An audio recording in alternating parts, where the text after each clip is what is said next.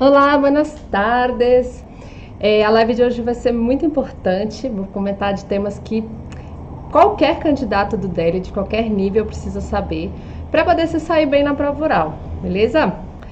Então, na live de hoje eu vou comentar como que é o momento anterior à prova oral do DEL. Eu vou explicar como que é a parte não avaliada, que eles chamam de rompendo el hielo, com o entrevistador, e eu vou explicar quais são as melhores estratégias para você demonstrar todos os seus conhecimentos de espanhol e convencer o entrevistador e o examinador de que você está apto para o nível B2, tanto na tarefa 1 como na introdução da sala e como nas duas partes dessa tarefa, né? Porque a tarefa 1 ela é composta de duas partes. Então, para isso, claro que eu suponho que você já estudou espanhol e que você está adequado para o nível B2. Eu não vou prometer nada milagroso que você vai conseguir, só a partir dessa live, tirar todas as suas dúvidas e conseguir apresentar nada disso. Eu preciso que você tenha o nível B2 já, que você já tenha estudado espanhol o suficiente para chegar nesse nível. E aí sim, para que você não estrague tudo na hora que você for fazer a prova, só porque você está nervoso ou porque você não sabe como fazer essa prova oral. Então, essa live é para você que está, talvez, no nível, mas com medo de fazer a prova oral. Então, o que é necessário? O que é esperado de você para fazer em cada uma dessas tarefas? Primeiro é isso, uma informação que talvez você não tenha é que ao entrar na sala com os examinadores, você não vai começar a prova de imediato, não. Você vai passar por um momento que chama de quebrar o gelo, né? Em espanhol a gente chama de romper el hielo, que é quando o entrevistador pretende conhecer um pouco mais sobre o candidato e ao mesmo tempo acalmar ele, deixar ele mais calmo para fazer a prova, entendeu? Essa informação é relevante para alunos de qualquer nível, não é só para os alunos que vão tirar o DLB2, porque em qualquer nível vai ter esse momento de quebrar o gelo, que o examinador quer te deixar mais à vontade e ao mesmo tempo ele quer conhecer um pouquinho sobre o seu nível, um pouquinho sobre você. Nesse momento é muito importante não dizer informações que vão te prejudicar e é muito importante você usar esse momento de quebrar o gelo para conquistar a empatia do seu entrevistador. Então nós vamos ver como vai ser a sua chegada no lugar do exame, como se comportar e como interagir com o entrevistador antes de começar de fato a sua prova, tá bem? Então esse aqui é o momento rompendo el hielo. Então, como a gente vai ver mais pra frente, a primeira tarefa oral do DLB2 você prepara com antecedência em uma salinha por 20 minutos. Os responsáveis pela preparação do candidato, pode ser a secretária do Instituto Cervantes ou pode ser alguém contratado só para isso, ele vai pegar você, vai colocar lá e ao acabar esses 20 minutos, eles vão te pedir para esperar no corredor o momento certo da sua prova. A gente tem que saber que o Instituto Cervantes ele é uma empresa meio pública, meio privada. Então, assim, as coisas não acontecem exatamente no tempo que elas deveriam acontecer, eu não sei explicar exatamente. E, além disso, eles são latinos, né? E os latinos, eles não têm, assim, essa pontualidade certinha com as coisas. Então, é muito provável que a sua prova se atrase um pouco ou muito, tá bem? Então, é muito importante que você leve duas coisas. Alguma coisa para comer e alguma coisa para se distrair. Pode ser um fone de ouvido, pode ser um livro, você pode ficar lá escutando música, um livro divertido, tá? Isso porque os demais candidatos que ficam no corredor pode acabar contagiando você com o nervosismo deles, né? Você pode chegar calmo, mas aí a sua prova começa a atrasar, aí as pessoas começam a ficar nervosas, elas podem acabar contagiando você também. Beleza? Nas duas vezes que eu fui candidata para tirar o DL, eu já tirei o DLB2 e depois eu tirei o DLC2. Eu fui muito tranquila para fazer a prova. Eu confiava já que eu tinha um nível adequado para fazer cada uma, porque quando eu fui tentar o DLB2, eu já estudava espanhol há 2 anos na Faculdade de Letras. E quando eu fui tirar o DLC2, eu já estudava espanhol há 4 anos e eu já tinha acabado de voltar de intercâmbio da Argentina. Então eu estava super fluente, eu já era professora também. Então, quando eu fui fazer os deles, eu estava super tranquila, cheguei lá para fazer a prova, mas chegando no corredor, quando a prova começou a atrasar, depois que eu já tinha me preparado na salinha e tudo, as pessoas começam a ficar nervosas, começam a falar entre elas, começam a fazer perguntas, começam a brigar com as secretárias. Então, todo esse ambiente tenso me contaminou, me contagiou.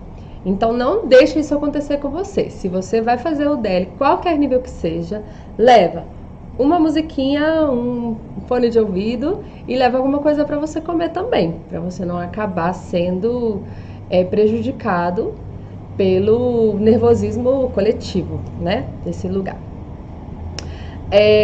Muito bem, então vamos seguir. Você tá lá, já se preparou na salinha por 20 minutos, tá no corredor esperando e finalmente o entrevistador chama o seu nome. Então ele vai falar assim: Flávia Leite.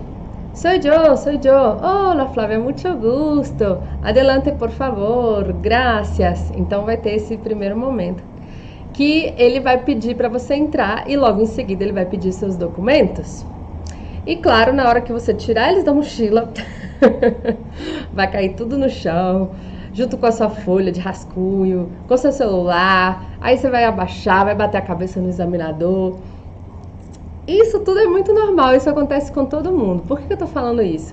Porque se isso acontecer com você, de alguma coisa cair no chão, ou de você trombar no examinador, de você abrir a porta e bater seu pé na porta, se todas essas coisas típicas de quem tá nervoso acontecer com você na hora da sua prova oral, não deixe que isso atrapalhe o seu desenvolvimento na prova. Ficar nervoso é muito normal. E se você faz uma coisa porque você tá nervoso, quando a gente fica nervoso, a nossa adrenalina vai pra mão, assim, né? Então, a gente acaba fazendo bobagem com a mão.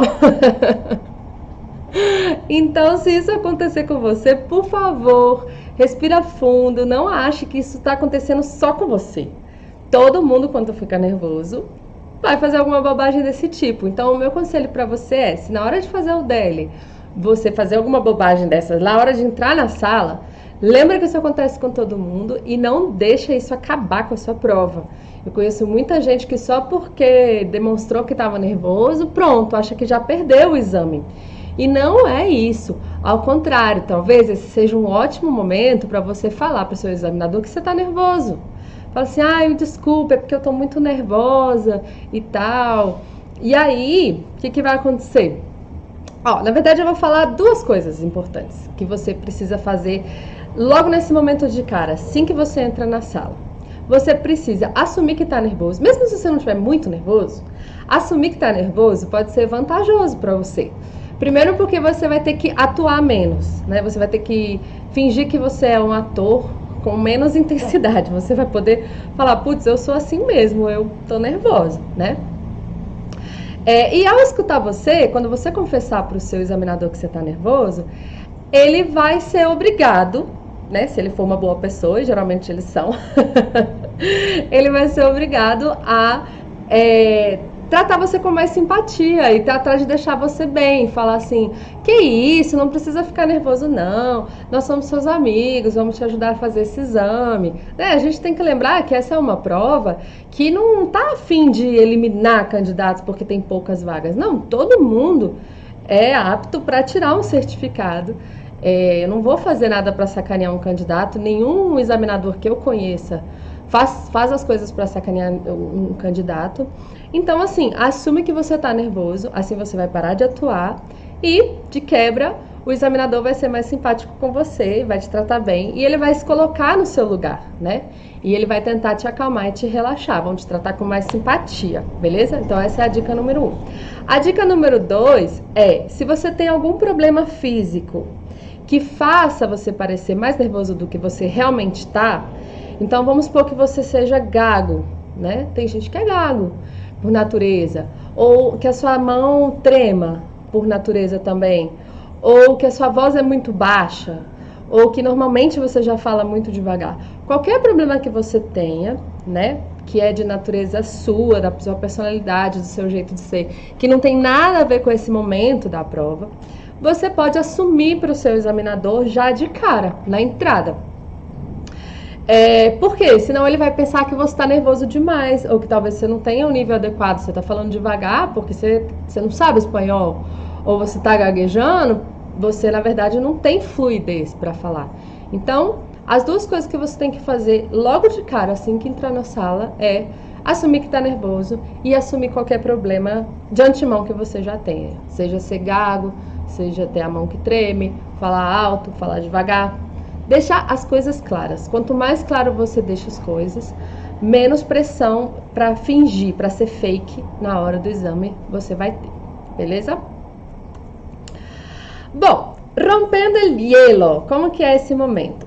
Essa parte da sala com o examinador não é avaliada formalmente. Então, a pessoa que está atrás de você tomando nota do seu desempenho na prova, ele não vai ter um espaço para preencher com esse momento de romper el hielo. Mas é um momento que o entrevistador aproveita para fazer uma série de perguntas pessoais para o candidato, para ele conhecer um pouco desse candidato e ao mesmo tempo ele vai acalmando o candidato e ele vai conhecendo um pouquinho dele, né? Quando eu era examinadora, eu aproveitava demais esse momento do rompendo el hielo para descobrir com quem que eu estava falando, se era um candidato autêntico ou se era um aventureiro que estava indo lá ver se colou para ele tirar o DLB2, né? Mas lembrando que o DLB2, ele não é um nível básico, não. Ele é um nível avançado. Então, se espera que o candidato saiba espanhol de verdade e não fique fingindo que saiba. Então, esse momento da sala, romper el hielo, serve para isso, para a gente poder descobrir quanto tempo faz que essa pessoa está estudando espanhol. Será que ela é B2 mesmo, né? Então, anota aí se você está acompanhando essa live. Quais são as perguntas que eles costumam fazer nesse momento de romper el hielo? Para quando você chegar lá no DL, você não chegar e ter que improvisar tanto, beleza? Então, a primeira pergunta que eles têm que fazer, eu sempre, quando eu era entrevistadora, eu sempre esquecia de fazer essa pergunta. Mas se o examinador que você tem faz as coisas certinho, ele vai perguntar assim: prefere que le trate de tu ou de usted? Prefere que le trate de tu ou de usted? E a resposta para essa pergunta, a mais legal de todas, é puedes tutearme. Por que puedes tutearme legal? Porque você está dizendo assim, pode me tratar de tu, mas de um jeito muito nativo, né? Então, a primeira pergunta, prefere que le trate de tu ou de usted? Tá anotando aí? Tem que anotar. E a resposta, puedes tutearme. Outra pergunta que ele pode fazer para você, ¿es la primera vez que haces el DL? ¿Es la primera vez que haces el DL? Anota essa pergunta aí também. Outra que ele pode fazer para você, ¿por que quieres sacar el DL? Para que el DL é útil para você? Então, anota essa daí também. Le debo tratar de tu de usted? ¿Es la primera vez que haces el DL? ¿Por que quieres sacar el DL? Tá? Então, essas são as perguntas relacionadas ao DL. Perguntas relacionadas à sua vida pessoal, que o examinador pode acabar fazendo. ¿A que te dedicas? ¿Qué haces? ¿Cuál es tu profesión? Tá bom? Ou ele pode perguntar assim, ¿vives en esta misma ciudad? Porque muita gente vem fazer o DL do interior, né? Vem de outras cidades para vir para a capital para fazer. Então, ele vai te perguntar, ¿vives en esta misma ciudad? E aí você pode responder, sí, eu vivo acá, eu nasci acá, ou há 6 anos que eu vivo acá, tá bem?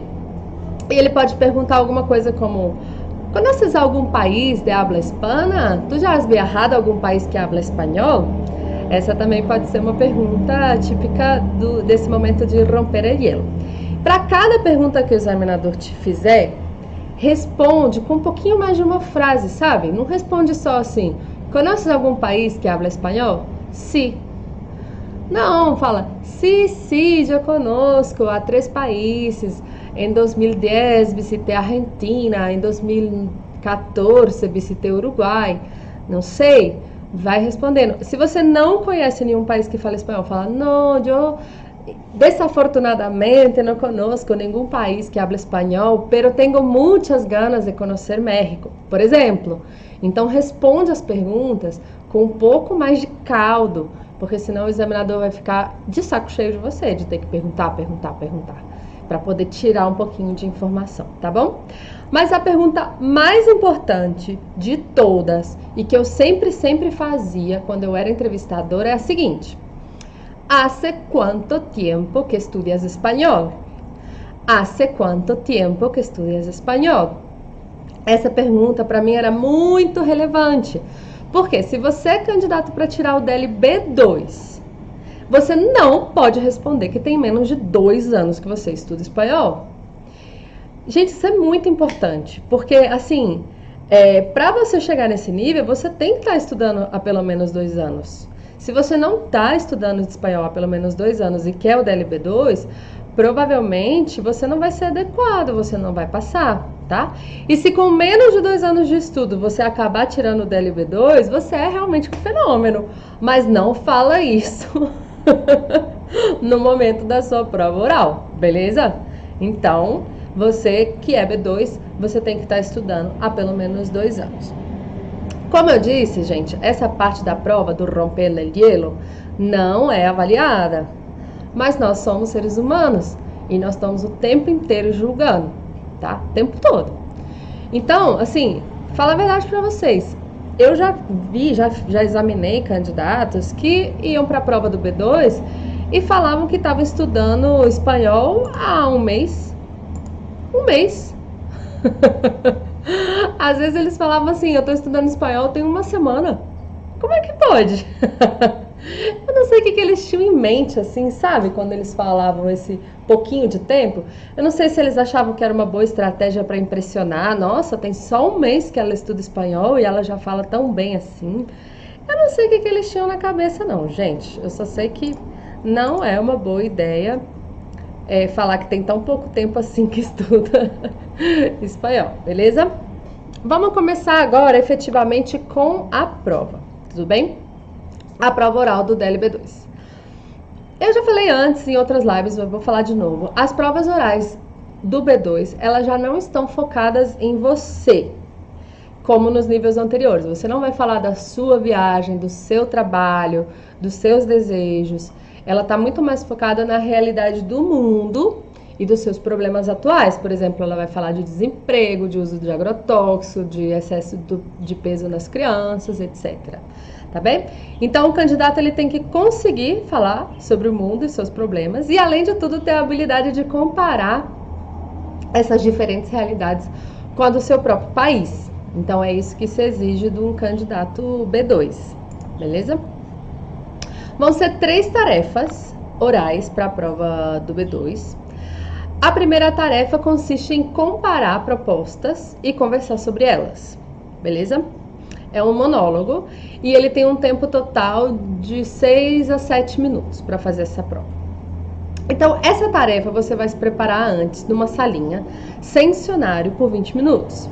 Essa preparação é muito importante na hora da prova, para que você não acabe ficando em branco, beleza?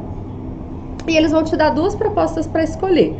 Você vai poder escolher o tema que te interessar mais para fazer na hora da prova. E o tema que te interessa mais não necessariamente é o melhor tema para a prova. O melhor tema para a prova, para a tarefa 1 do DLB2, é o tema que você tenha mais vocabulário.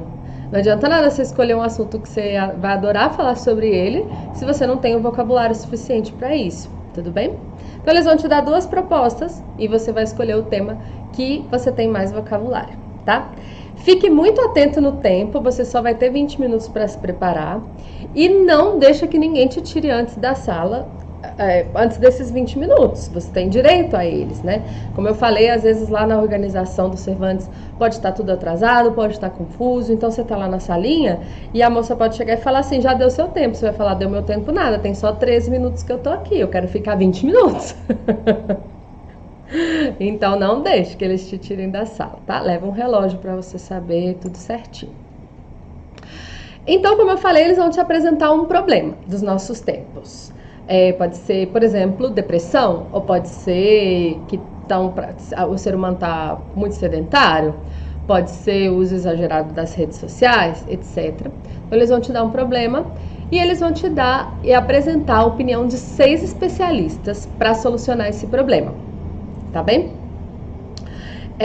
Eu vou criar uma situação aqui, só exemplo, você que está me acompanhando na live, para você ter uma ideia de que tipo de problema eles podem apresentar.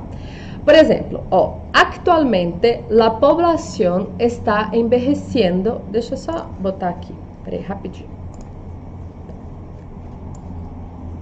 Então, actualmente a população está envelhecendo por mais tempo. y un gran desafío es que sea un envejecimiento saludable. Es urgente que los gobiernos se preparen para esta generación que llegará a los 100 años y lo haga de la forma más sana posible. Hemos hablado com 6 expertos que nos darão a clave para solucionar este problema. Então, aqui está falando do problema do envelhecimento, né? A população está ficando muito velha e a gente quer que as pessoas cheguem à idade avançada com mais saúde. Então, esse seria, né, o primeiro problema dado nessa tarefa 1.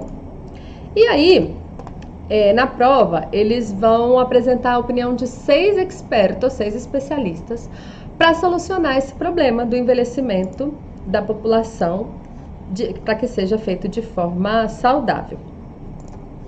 Então, olha aqui, estou com 6 opiniões. A primeira opinião, por exemplo, de um experto, eu fiz bem curtinho para ficar tranquilo de acompanhar aqui no vídeo e na live, beleza? A primeira opinião de um experto. Creo que deberíamos crear un impuesto especial para los jóvenes para que podamos dar asistencia adecuada a los mayores. Segundo experto, es necesario crear más casas de acogimiento públicas, una vez que en la sociedad actual todos trabajan y no pueden cuidar de sus mayores. Experto 3. Es importante que a partir de los 50 años todas las personas sean obligadas a buscar un geriatra para planear su vejez. Experto 4. El Estado no es responsable por la vida que lleva cada ciudadano. Si la persona no cuida de su salud, es un problema personal y no colectivo. Experto 5. Se debería implementar cuadras deportivas públicas y actividades físicas adecuadas a las personas mayores en todos los barrios. Y experto 6, es importante que todos los líderes de Estado se reúnan y decidan medidas globales, ya que es un tema que atinge a la mayoría de los países. Viram como são? Então, assim, tinha um problema, o problema do envelhecimento saudável da população, e coloco a opinião de 6 especialistas para debater sobre isso. O que eu vou fazer com essas opiniões? Eu preciso falar elas para o meu entrevistador. Essa que é a minha tarefa. Falar as opiniões dos especialistas. Nesse primeiro momento, sem colocar a minha opinião. Eu fiz um exemplo muito genérico, colocando algumas das formas de opinião dos especialistas que costumam aparecer no DEL. E eu também coloquei umas bem pequenininhas e bem rápidas para caber aqui no PowerPoint, mas mais para vocês terem uma ideia mesmo, né? Então, como elaborar a sua apresentação para esse momento? Você tem que ter em mente que o entrevistador, nesse dia, ele vai falar com inúmeras pessoas.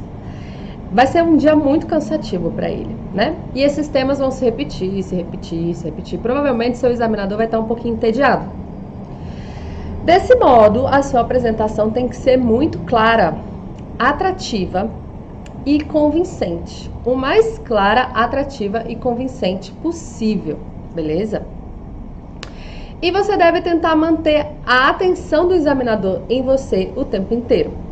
E apresentar essas opiniões dos especialistas quase como se fosse um texto, mas um texto oral. Tudo bem? Então, essa é a primeira dica que eu dou para vocês.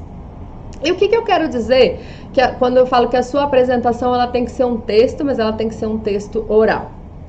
Lembra do texto inicial? Começava assim: Actualmente la población está envejeciendo por más tiempo y un gran desafío es que sea un envejecimiento saludable.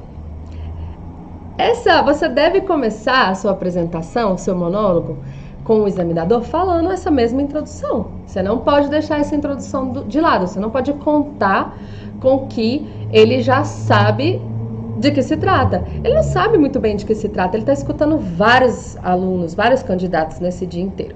Então, faça a sua introdução, por isso que eu falo, é como se fosse um texto, mas um texto oral. Então, faz a sua introdução. Recebi um texto que dizia que um dos principais problemas atuais é o envelhecimento saudável da população, né? As pessoas estão chegando aos 100 anos e nós precisamos tomar medidas para que o envelhecimento dela seja feito da melhor maneira possível. Para isso, foram consultados 6 especialistas. Vocês notaram que eu fiz a introdução toda de novo? Inteira? Eu preciso mostrar para o meu entrevistador que eu entendi qual que é o problema e que a partir da informação que eu recebi, que eles me deram, eu conseguia entender tudo e reproduzir. Então, não ignore essa introdução. Refala ela, como se o examinador não soubesse nada de nada, beleza? E como que eu vou apresentar a opinião dos 6 especialistas de modo que não fique entediante para quem me escuta? A técnica que eu desenvolvi com os meus estudantes é agrupar as opiniões parecidas e falar de uma vez de 2 delas ou de 3 delas, ao invés de falar uma por uma por uma. Porque se você falar a opinião dos especialistas uma por uma, a sua apresentação vai ficar muito chata. E ela não vai mostrar que você tem uma capacidade de síntese. Então, você tem que mostrar que você consegue juntar assuntos parecidos para poder fazer uma apresentação clara, atraente, convincente para quem está te escutando. Então, eu vou fazer assim, geralzão. Como é que as opiniões dos especialistas se dividem nessa tarefa? O primeiro grupo são os especialistas que acreditam que o governo deve solucionar todos os problemas. E para isso ele tem que criar novos impostos. Então esse grupo de opiniões, eles têm geralmente uma tendência mais para a esquerda, né? Então procura lá na opinião dos especialistas na tarefa 1, se tem pessoas propondo aumentar impostos, se tem pessoas propondo dar mais coisas para a população, acesso a coisas gratuitas. Beleza? Aí você junta a opinião desses especialistas nesse grupo. O segundo grupo de especialistas, eles acreditam que o indivíduo deve solucionar os seus problemas sem a ajuda do Estado, sem que o Estado se meta sozinho. Esse é um conjunto de opiniões mais à direita. Então procura lá nas opiniões dos seus especialistas quais são os que têm a tendência de visão mais para esse lado da direita. Também sempre vai ter uma opinião ou outra muito radical de mudança, muito radical. E por último vai ter um especialista que acredita que as coisas têm que seguir como elas estão mesmo. Então assim, de maneira geralzona, não tô falando que é sempre assim na prova. De maneira geralzona eu posso dividir as ideias entre esquerda, direita, um radical e um conformista. Organizando assim as ideias, dessa forma hipotética assim, né? Você vai apresentar um monólogo lógico, né? Se você seguir essa parte assim, ou criar uma agrupação sua, uma agrupação de opiniões de maneira lógica que seja sua, você também vai apresentar de maneira confortável para quem te escuta. Então, não improvisa, sabe? Aproveita o momento da salinha para você criar seus grupinhos de opinião de especialistas. Esses aqui pensam igual, esses aqui pensam radicalmente opostos. Então, eu vou fazer o grupo dos radicalmente opostos, pode ser assim também? Se você fizer isso, a sua apresentação vai ser muito mais exitosa. Vai ter um princípio, um meio, um fim. O primeiro grupo, o expert 1 e 2 falam assim, o expert 4 e 7 falam assado, né? Então, na hora de apresentar, demonstre alguma organização. Por exemplo, você pode falar para o examinador assim,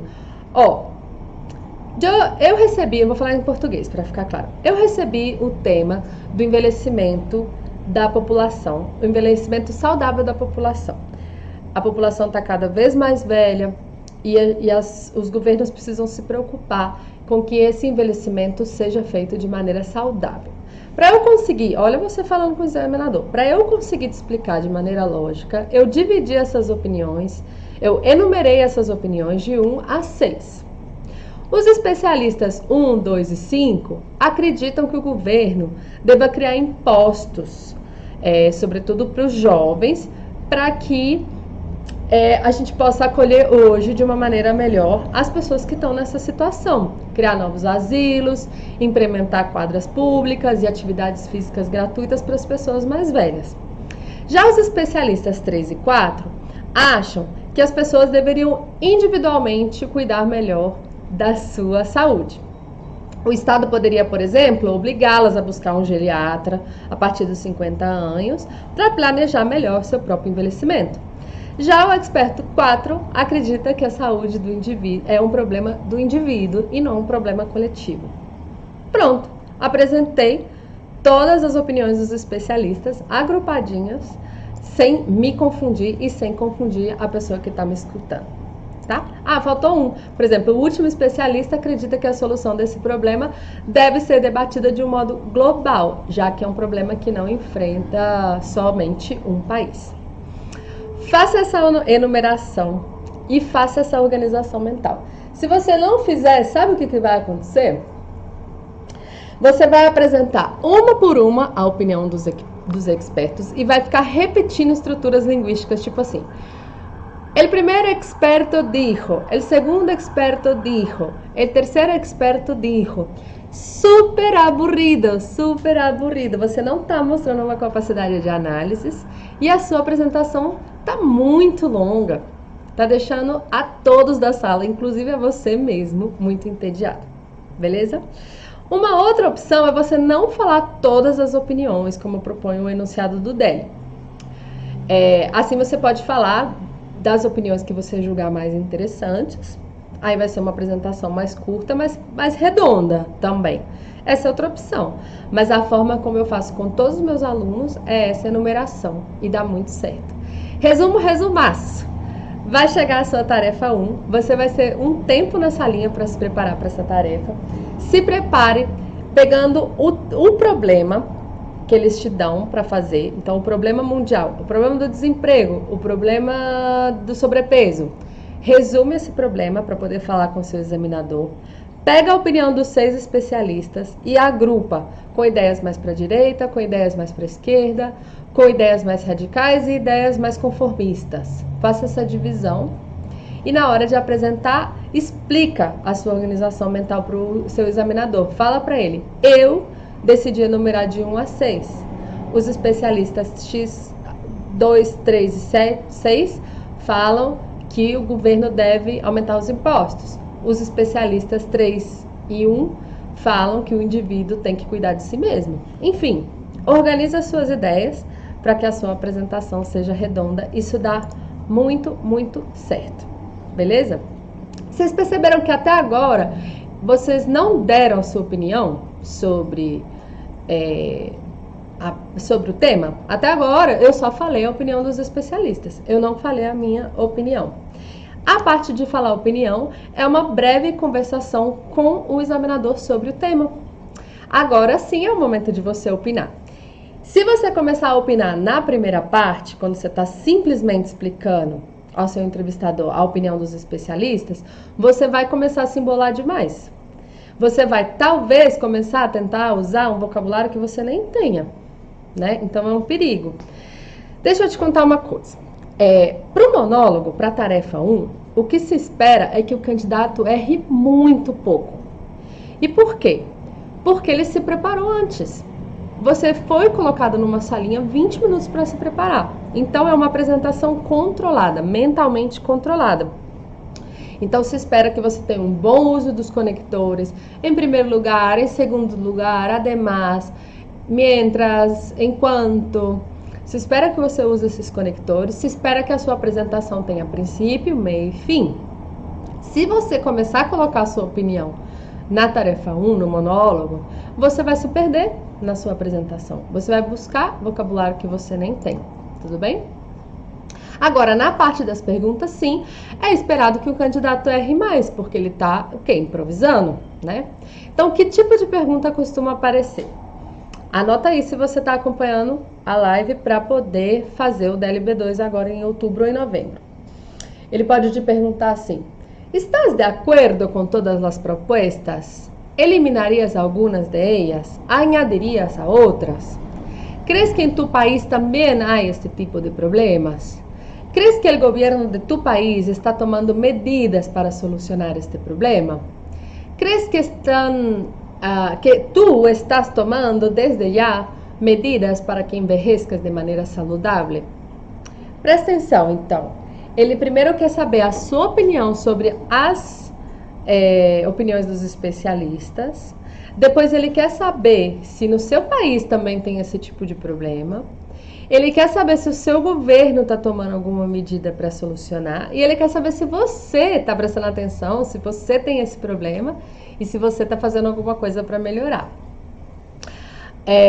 Então, você vai sair de um macro, assim, da realidade do seu país para a sua própria realidade. Se você tiver um tempinho nessa linha de preparação, já pode começar a pensar respostas para esse tipo de pergunta, tudo bem? Como é no meu país, como que eu faço, como que as pessoas que eu conheço fazem, para não passar por esse tipo de problema, beleza? Nessa parte, então, que é uma conversação, né, a segunda parte da tarefa 1, tenta fazer isso de uma forma relaxada, o mais natural possível, como uma conversação mesmo. Se o entrevistador fizer alguma pergunta que você não tem nem ideia da resposta, você tem duas saídas. Saída A, você vai começar a rir e vai falar em espanhol que você não sabe responder essa pergunta. Mas você não pode falar assim, não sei a resposta. Não pode, isso é uma frase única. Você pode responder falando que você não sabe responder porque você é de exatas, que você nunca tinha pensado sobre isso antes. Mas você não pode falar só no sei la resposta. Você tem que ter em mente que eles precisam ouvir você falando o suficiente para completar as notas das suas habilidades. A pessoa que está de trás, ela tem uma missão, ela tem que completar as notas. Como que você está em vocabulário, como que está a sua pronúncia, como que está a sua fluidez. Se você não fala nada, ou se você só fala umas poucas frases, fica muito difícil o trabalho deles, de tentar extrair de vocês informações, entendeu? Então, até mesmo quando você não souber a resposta, fale sobre o fato de não saber. Se justifica de uma forma bem-humorada. Tudo isso é elemento linguístico válido para que eles analisem o seu espanhol.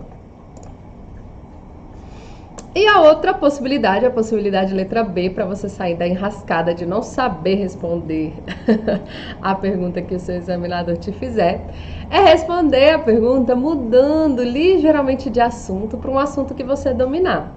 Como eu falei, o que eles precisam é de insumo suficiente para analisar o seu espanhol.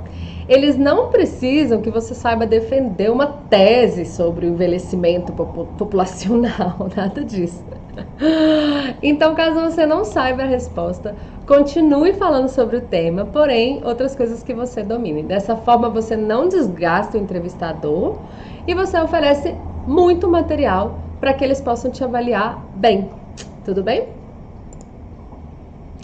É isso que eu chamo de teoria da árvore. Porque, o que eu chamo? Imagina, pega uma árvore. A árvore ela tem um galho principal, que é um assunto, né? Então, esse assunto principal, ele pode se ramificar em vários mini assuntos para você não encerrar sua fala rapidamente. Então, assim, que tu piensas sobre o uso de armas nucleares? Bueno, yo no sé mucho sobre armas nucleares. Lo que yo sé es lo que aprendí en las clases de historia. Hay algunos accidentes que pasaron o países que fueron atingidos por las bombas. Uma vez eu vi, olha a árvore crescendo. Então, não fique calado. Pegue um assunto, pegue uma linha e explore ela até o final, para você demonstrar seu vocabulário, para que eles tenham insumos e elementos para te avaliar super bem. Mas, professora, e se eu falar muito? E se eu falar demais na hora da prova do DELE? O que eu vou fazer? Não se preocupe com isso. Quem controla o tempo de fala são eles, tá? E quando for apropriado, o entrevistador vai te interromper educadamente, né? E vai falar para vocês passarem para a próxima tarefa. Então, não tem problema no DELE falar demais, tem problema falar de menos. Se você falar de menos, você não oferece para eles a quantidade de elementos que eles necessitam para te avaliar. Então, pode falar, não deixe de falar, mesmo que a resposta não seja exatamente o que ele te perguntar, tá bem? Então, era isso que eu tinha para conversar com vocês. É muita coisa, a gente está há 40 minutos falando só sobre o momento de romper o hielo e a tarefa do DELE B2, a tarefa 1.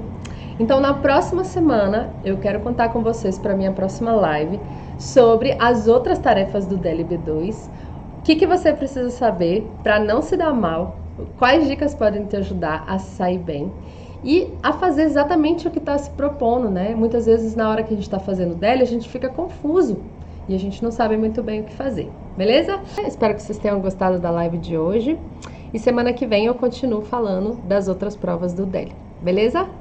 Um besito para vocês!